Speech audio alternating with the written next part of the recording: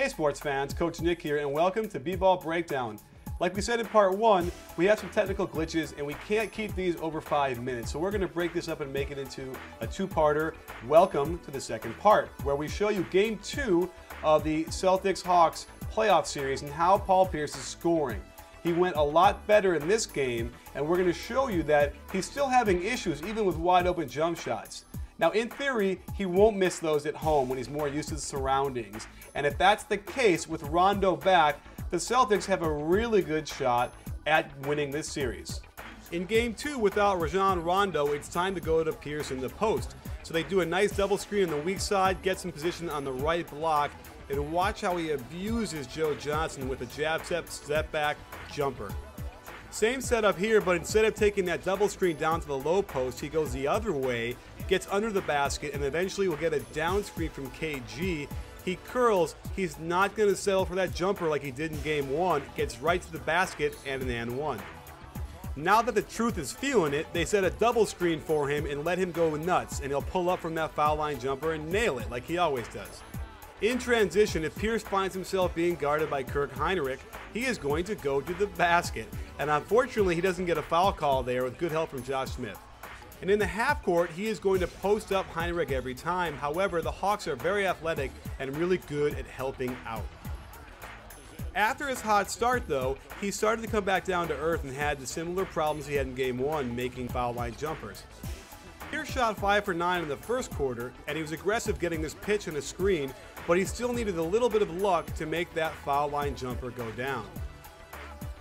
The Celtics have no problems finding Pierce in the perimeter for spot-up shots, but he still is having trouble making those threes.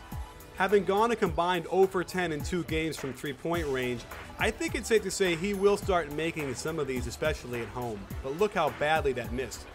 The Hawks increased their pressure, and in the second and third quarters of this game, he only shot 2 for 10.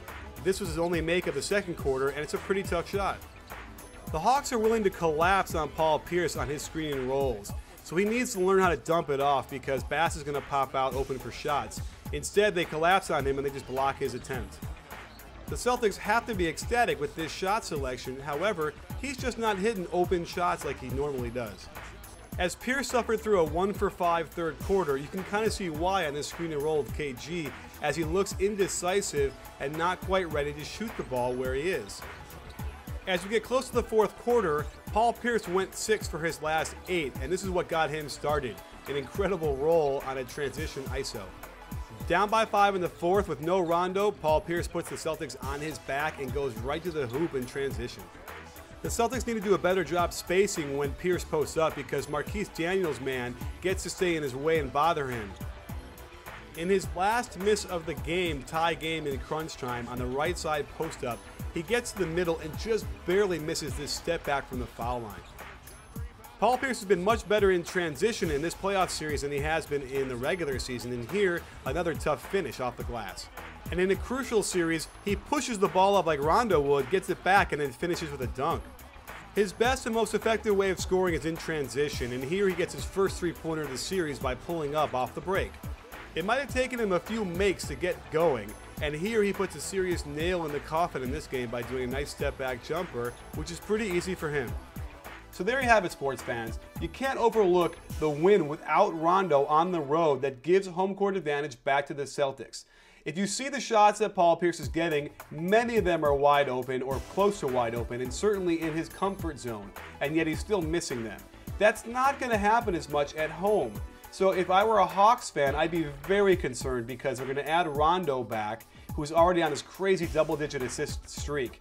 And you're going to get Pierce going off in one of their 2 of these games if they continue to let him get those shots like we showed you in both these parts. So thanks for joining us. Stay tuned for lots more at B-Ball Breakdown. Don't miss our Rob Mahoney interview, which is a really cool one. And don't forget, at B-Ball Breakdown, it's not a channel, it's a conversation. You win,